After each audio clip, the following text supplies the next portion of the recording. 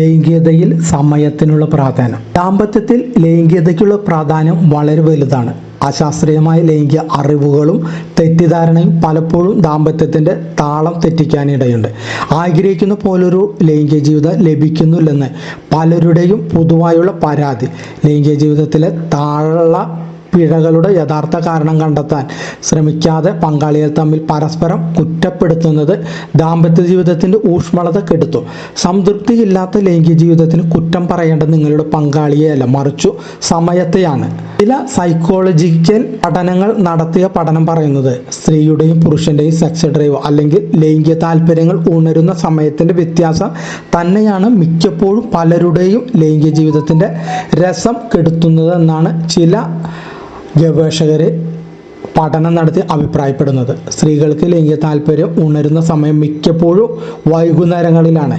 എന്നാൽ പുരുഷന് അത് രാവിലെ ആണ് താനും. വൈകുന്നേരങ്ങളിൽ ജോലി തിരക്കുകളിൽ നിന്നൊഴിഞ്ഞ് സ്വസ്ഥമായിരിക്കാണ് എപ്പോഴും പുരുഷൻ ആഗ്രഹിക്കുന്നത്. ദിവസം മുഴുവനുള്ള ജോലി തിരക്കുകൾ അവനെ വൈകുന്നേരങ്ങളിൽ ക്ഷീണിതരാക്കും. മിക്ക ദമ്പതികളും ലൈംഗിക ബന്ധത്തിൽ ഏർപ്പെടുന്നത് കിടക്കുന്ന സമയത്താണ്, അതായത് 9 മണിക്ക് ശേഷം. എന്നാൽ മനഃശാസ്ത്ര വിദഗ്ധർ പറയുന്നത് വേറൊരു പ്രക്രിയ എന്നതിൽ നിന്നും മനസ്സിനും ശരീരത്തിനും ഒരുപോലെ അനുഭൂതി ലഭിക്കണമെങ്കിൽ അത് പൂർണ്ണമായും അനുഭവിക്കണം.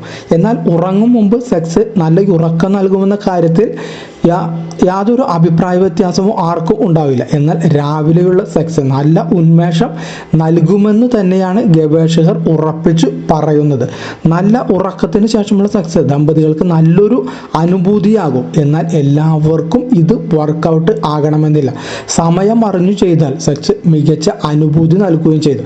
അപ്പോൾ രണ്ടുപേരുടെയും താല്പര്യങ്ങൾ അനുസരിച്ച് രണ്ടുപേരും ഒരു നിഗമനത്തിൽ എത്തുന്നതാണ് ഏറ്റവും അഭികാമ്യം. അതായത് രാവിലെ വേണമോ വൈകുന്നേരം വേണമോ, അല്ലെങ്കിൽ ചിലപ്പോൾ ചില ആഴ്ചകളിൽ വൈകുന്നേരവും ചില ആഴ്ചയിൽ രാവിലെയും, ചില ആഴ്ചയിൽ വീടുകളിൽ ആളുകൾ ഇല്ലാത്ത സമയം നോക്കി മനസ്സിന് ഊർജ്ജസ്വലമായ മറിച്ച് സന്തോഷത്തോടെ ഇരിക്കുന്ന സമയത്ത് ഇത് ചെയ്യുന്നത് രണ്ടുപേരും തമ്മിലുള്ള ആ ആന്തരിക അടുപ്പം കൂട്ടാനായിട്ട് ഉപകരിക്കുന്നതാണ്.